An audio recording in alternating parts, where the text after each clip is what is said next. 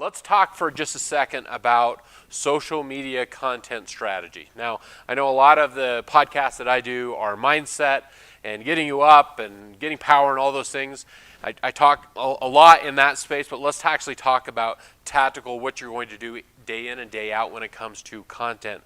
Because I actually find that this is one of the hardest things that most businesses can wrap their heads around or can't wrap their heads around, is the actual content calendar or content strategy that they're going to have for their business. Why?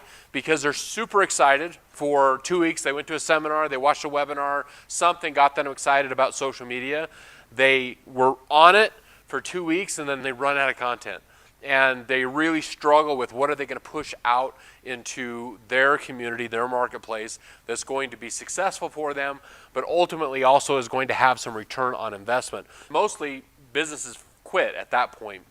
Or instead of posting every single day, it becomes once every couple weeks, and then once every couple months, and then now they haven't posted for a year. That might even be you and your business. So let me give you a way to think about social media that is going to help you get through those blocks and help you strategize and get on a calendar a system that's going to work. Now, I've taught this system for literally about 8 years, and this system is taught at universities in social media classes, marketing classes. It works, and it works really, really well. So what I want you to do is, step one is to take a look at your social media feeds. What's happening right now with your different networks? What are you posting on Facebook? What are you posting on Instagram? And I'm going to go through these different categories, and I want you, as I'm talking, to think, yes, we're really heavy in this category, or we're not really, we're really light in this other one. So essentially, social media has 5 different categories that you can post in. And we're going to talk briefly about all 5. So the first one is technical, second one is community, third one is culture, fourth one is humor, and the last one is controversy.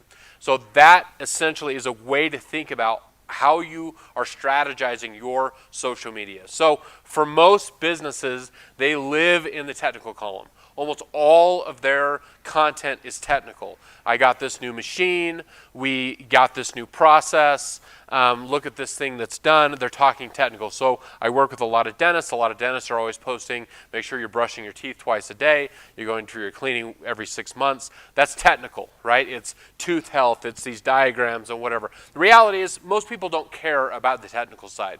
When I take my car to the mechanic, I really don't care how he fixes it. How he fixes it, I just want it fixed. And so he can show me his machines and all the tools and stuff. I don't get it, and I don't really care. And so I'm not going to engage with that content. Not that there's not a place for technical content. The problem is everyone just turns on the technical fire hose and makes everybody drink from it when it comes to the social media. And you're wondering, geez, why aren't we growing our social media page? Why aren't we getting any engagement? Why aren't we getting any likes or comments? That's the reason why, is because it's too much technical. And so as a percentage, as an average for most businesses, you should never post more than 10% of your content being technical. So 1 out of every 10 posts can be in the technical column, and that's usually enough. You don't really want to go above that. You can even go below that if you're relevant in these other categories. So the second category is community. One of the best quotes and things that you can think of when it comes to social media is more effective when you're talking about other people, not always just talking about yourself. And that's a real challenge, because when we're on social media, you're thinking, oh, it's my page, it's my group, it's my logo, it's my stuff, so I'm just going to talk about me. And again, there's a place for that, and usually it's actually in the technical column. But in the community column, we're actually talking about other people. We're saying, hey, congrats to the new business that just moved in down the road. Or awesome job, high school football team, on the great win.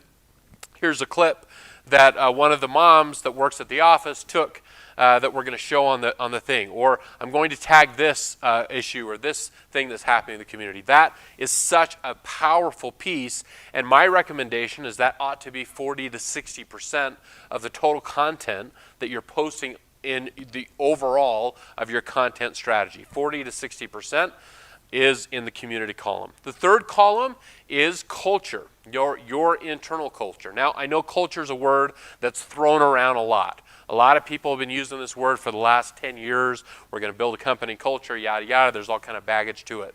But essentially, when I'm talking about culture, I'm talking about the non-technical things that are happening in your office. So-and-so has a birthday. So-and-so went for a hike this weekend. We're going to go build a Habitat for Humanity house as the whole company. Those are the type of culture-based things that people absolutely love. And again, if we're talking about percentages, should be about 40 to 60% of the total content that you're posting over the long period for your business. So the next column is humor. I know you're hilarious. I think I'm hilarious. The problem is, humor is a really, really touchy subject. And what might be really funny to me is hurtful or alienating to somebody else.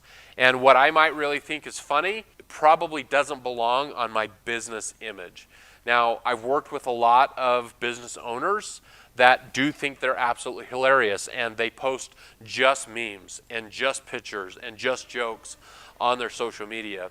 And I have literally seen, I should say doctors, I'm thinking of one doctor in particular, that almost alienated the entire community because he posted a meme that he thought was hilarious. Nobody else thought it was funny. And it was a big media controversy and anyways, mess. So when it comes to humor, I usually tell people no more than 1 to 3% when it comes to humor. Should be very, very rare, and it should be very, very careful if you do post anything in the humor side. And for most of you, I would say that it's a big goose egg. It's a big zero. Don't even go to the humor place because you can get a lot more emotion ROI from community and culture than you can from humor. Now, the last category is a little tricky. It's controversy. Now, for almost all businesses, I would say 98% of businesses, they should never get into controversy at all. They should stay away from politics. They should stay away from local issues. They should stay away from anything hot. You do not want to get into controversy because once you do, you draw a line in the sand for your business and you say, we stand for this and we don't want anything to do with anybody that's on the other side of the line. Problem with that is we are all in business to what? Help people and make money, right? And so if we've decided to draw that line in the sand, now we've taken half of our market or a percentage of our market, and we've now said you're not going to be welcome here if you come to our office. Now, you didn't say it with those words, but that's what they're getting. That's what they're hearing when you've made that controversial remark. So we just went through an election year. Perfect example. Whether were really pro-Trump or you hated Trump or you're pro-Biden or you hated Biden, your business page is not the place to make that line in the sand. Because if you do, trust me, you will regret it in moving forward because you'll have just alienated a large part of your market. Now, the caveat to that is there is a percentage of businesses that are built on controversy. Like that's how they're building it. And their perfect customer is one that's very strongly rooted in a very controversial subject. So if we're talking about a gun store or something of that nature, something to do with politics or whatever, then they're going to live in controversy. But that's going to replace probably some of the other, especially probably the technical column, and you're going to be in that space probably 30 to 60% of the time, depending on how much controversy you need for your business. But that business has said, yes, we want to draw that line in the sand. We want to really embolden this group that we're selling to because we know that they'll become more loyal to us the more controversial we'll get.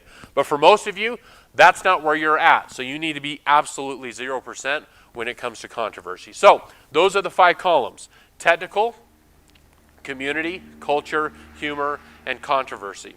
What I want you to do is look at the last 10 posts that you've made on your Facebook page, and I want you to put them in those columns, and then I want you to see which ones got the most engagement.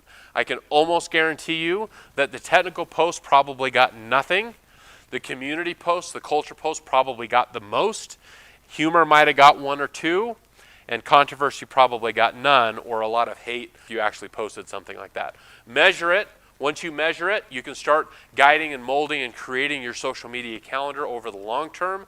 And that, my friends, is how you get return on investment through a social media content strategy calendar. You can absolutely do it. We'll see you on the next podcast.